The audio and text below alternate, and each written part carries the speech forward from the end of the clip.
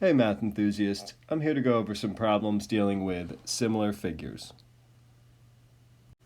For these first problems, they start you off with your similarity statement. So triangle STU is similar to triangle CDE. And first thing they want is just all the pairs of congruent angles.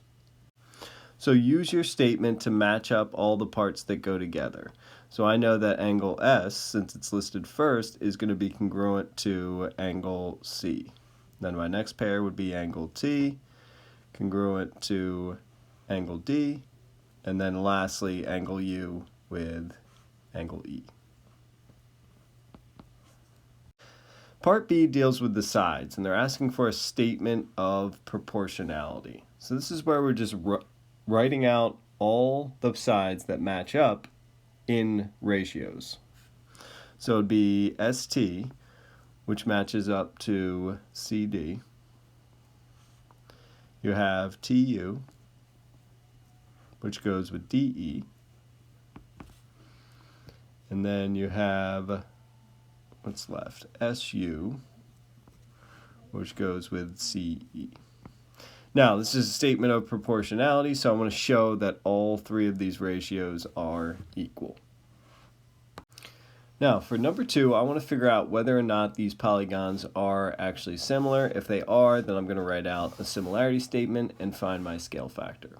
First thing I want to focus on is the angles. So it looks like angle P corresponds to angle M, and they're congruent.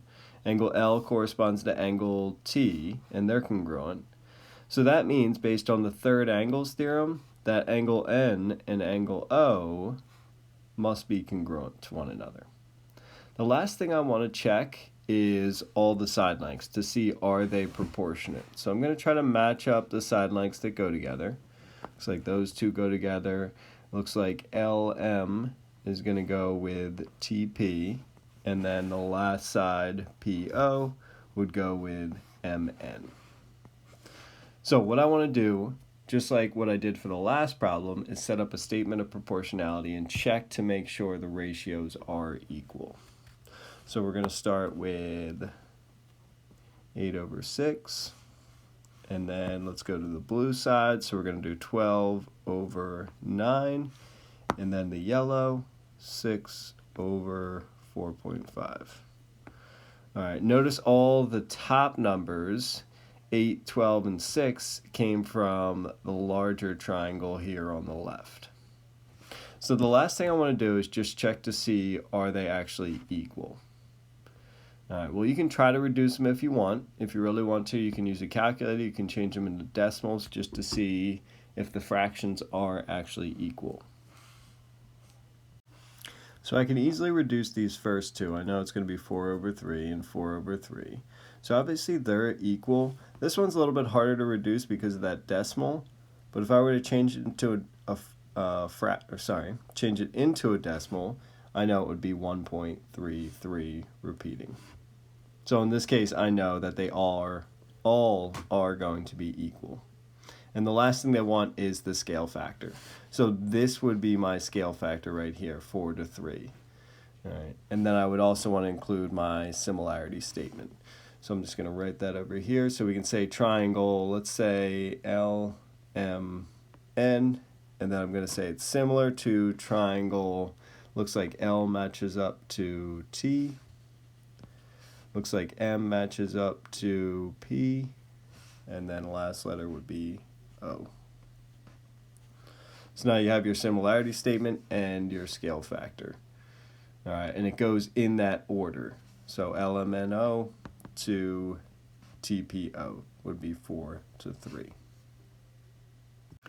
Now the next question is asking the same thing. Are these two figures similar to one another? So first thing, focus on the angles. It looks like angle C matches up to angle F. And then the other thing I noticed is that we have a bunch of parallel sides. So these two are parallel to one another. All right, and then the top and the bottom here are parallel as well. Now, when you have those parallel sides, I know that I'm going to have some consecutive interior angles that are supplementary. All right, so I know that it looks like B and E, they're going to be congruent since they're consecutive interior angles. And then since this is a parallelogram, I know that these opposite angles are going to be congruent. So I've essentially shown that all my angles are congruent because of the parallel lines and the properties of a parallelogram. Now I really got to focus on the sides. So I want to do the same thing I did for the last one. Set up that statement of proportionality and check to see, are my sides proportionate? So it looks like AD is going to match up with GH. So we're going to do 5 to 8. And then it looks like CD is going to match up with FG. Now, there are some other sides here that I haven't marked yet, but since it's a parallelogram, I know these opposite sides are congruent, so I really don't have to check them. As long as these pairs work, then I know the other pairs will as well, since they're the same length. So once again, we're dealing with a decimal here, so it might help just to change these ratios into decimals. Looks like we get 0.625, and over here it looks like we get 0.625. All right, so both of them change into the same decimal, so I know that they are proportionate. Next thing they want is the similarity statement. So it's not a triangle. Let's go with A, B, C, D, and then I got to make sure I match it up correctly. So it looks like A is going to go with H. It looks like B goes with E. And then C goes with F. And then lastly, G. All right. Now, I didn't really include a symbol for this. Sometimes for parallelograms, you'll see kind of like a little parallelogram drawn in front. You don't necessarily have to here. We can just include all the vertices. And then the final thing they want is the scale factor. I want it in reduced form. I'm not going to use the decimal. Instead, I'm just going to use that ratio that I came up with. 5 to 8 is my scale factor. So 5 for A, B, C, D, and then 8 representing E, F, H, E, F, G. For this next problem, now they give me my similarity statement to start, and they do give me some pictures to go along with it. First thing they want is the scale factor from WXYZ to MNOP. So let's compare some side lengths. So I'm going to start with WXYZ. Remember, that one's going to go first. So let's pull out, I don't know, XY, for example.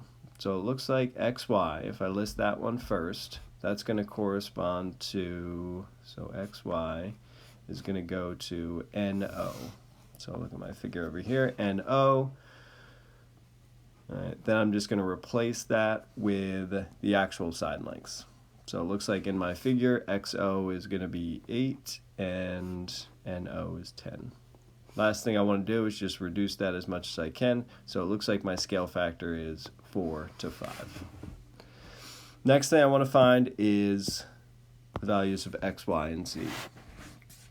All right, so to start off with X, it looks like that's MN. So according to my statement, MN matches up to WX here. So when I set up my proportion to solve for this, I want to do 12 to X, and it's going to be equal to 4 to 5, the scale factor that I found earlier. So we'll cross multiply. It looks like we end up with 4x equals 60. So in this case, x equals 15. Next thing they're looking for is y. So y is over here, this side. Well, it looks like it's matches up to this side up here, which is congruent to this side across from it. So that means in my other figure, this side where y is should be congruent to this side across from it. So I really don't need to set up a proportion for this. I know that y is just going to equal 8. And the last thing I'm looking for is z. So let's see where z is in my figure. So it looks like z is this angle right here, so that's angle y, and it looks like y, according to my statement, corresponds to O, and O is 135. So that means z has to equal 135. Right. So the side lengths are going to be proportionate. They're not going to be the exact same length, but there's going to be some relationship. But when it comes to angle measures, I know that they're going to be equal. So for example, I know that angle Z is going to be equal to the measure of angle P. And same goes for the rest of the angles. Next part of the problem, they're looking for the perimeter. Well, in this case, I've already solved for all the side lengths, so I'm essentially just adding them up to get my perimeter. All right, for the other figure, it looks like my side lengths were going to be 10, 15, 10, and 15.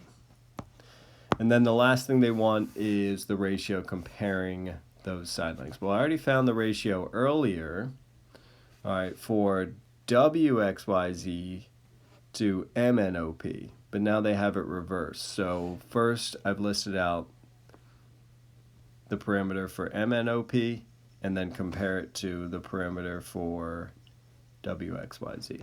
And then obviously that's going to reduce to 5 to 4. For this next question, they immediately tell me that the two triangles are similar and I'm looking to solve for M. So the triangles they're referring to are this one on the left is similar to this triangle on the right. So there's a couple different ways I can set up the proportion. It looks like this side corresponds to this side, so I could do 15 to 10 and set it equal to the m plus 4, which goes with the 15, they're on the same triangle, over m, which corresponds with the 10, and the m plus 4. So you could set it up like that. Another option is you could do the 15 with the m plus 4 in the same ratio since they're on the same triangle. And then you could do the 10 across from the 15 and below that in the same ratio put an m. All right. Either way we set it up, when I cross multiply, I'm still going to end up with the same thing. So it's still 15 times n, which gives me 15m. And then we still have 10 times this whole quantity. So if it helps, include those parentheses, or you can just distribute right away. And I know I'll have 10m plus 40. Still have 15m, but I subtract that 10m. 5m equals 40, so it looks like m equals 8. So in this case, remember there's several different ways you can set up the proportion that are still correct. Next problem, they start me off with my similarity statement. RST goes with WXY. They give me a couple side lengths for RST, 10, 14, 20. Altitude is 6.5, and then the shortest side on the other triangle is 15. So obviously 10 is the shortest on RST, so that must correspond with the 15 on WXY. So right then I can figure out my scale factor. So if I compare the short sides 10 to 15, I know my scale factor is going to be 2 to 3. So for every 2 units on RST, it's going to be 3 units on WXY. So they want the other 2 side lengths. So I'm going to use my scale factor, 2, 3. Now remember the 2 came from 10. So across from that, let's start with the 14. So we'll do 14 over, let's say, I don't know, x or something. All right, so you have your proportion set up. 14 is kind of like the medium side length, so I guess I'm solving for the medium side length here, which is my x. Now, you could cross multiply and divide. If not, what you might notice with these proportions is that this right here, 14 over x, should reduce down to 2 over 3. Now, one way to solve this is think about that in reverse. So you have 2 over 3 equals 14 over x. So instead of reducing it, think about how do we go from 2 to 14? Well, I would multiply that by 7. So I would do the same with my denominator to figure out what that ratio is going to be. All right, so in this case, you could solve for x. X is clearly going to be 21. So that's one way you could work backwards in the proportion. Now, for the next one, now I'm worried about the long side. So I'm still going to use my scale factor, 2 over 3, 2 over 3, and set it equal to, now I'm using the 20, and I want to solve for the long side. Let's call that y. So once again, you can use that shortcut that I highlighted here if you want, or you can still cross multiply if you don't like that, and you'll come to your final answer. Looks like we end up with y equals 30. For part B, it looks like now I need the altitude. So obviously the altitude from RST is going to be involved, that's 6.5, and I still want to use that scale factor. So scale factor of 2 to 3, remember that was RST compared to WXY. So across from the 2, I'm going to put in the altitude from triangle RST, and below that we'll call the altitude for WXYZ. So you can go through and cross multiply. That shortcut might not work too well for this problem since you're dealing with a decimal. And it looks like we end up with z equals 9.75. For this next problem, you're dealing with a rectangular swimming pool. It's enclosed by a rectangular fence. So this picture below kind of represents that. All right, so the shape of the pool is similar to the shape of the fence. Now the pool is 30 feet wide. So let's say here's my pool, it's 30 feet wide, while the fence is 50 feet wide and 100 feet long. All right, so remember the two shapes are similar. So first thing I want to think about is what's my scale factor. So to figure out the scale factor, let's compare two sides that correspond. Now I want the scale factor of the pool to the fence. So I'm going to start with the 30 because that comes from the pool, and then the 50 because that comes from the fence. Obviously that can be reduced down to 3 to 5. Next, they want to figure out what is the length of the pool then. So I can use that 30 over 50 if I want, or I can use the reduced scale factor. And since I had the 3 on top, I'm going to put the x on top, since both those come from the pool, and then the 100 down below. So we can cross multiply. It looks like I end up with 5x equals 300, and it looks like x is going to be 60, and in this case we're dealing with feet. For this last problem, I want to figure out some area. So I want the area strictly for sunbathing. So that's going to be this area around the pool. All right, so first thing I want to figure out is, well, how big is this whole fenced-in area? What's this whole entire thing? So that large rectangle, remember area is going to be length times width. And remember your dimensions were, what were they,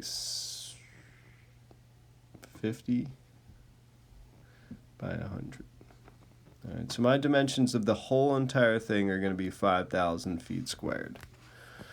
Now my dimensions of the pool alone, obviously you can't be laying out, well I guess you could be laying out sunbathing in the pool, but we want just the grassy area around it. My area of that, remember my dimensions, they were 30 by 60. So for that, it was 1,800 feet squared.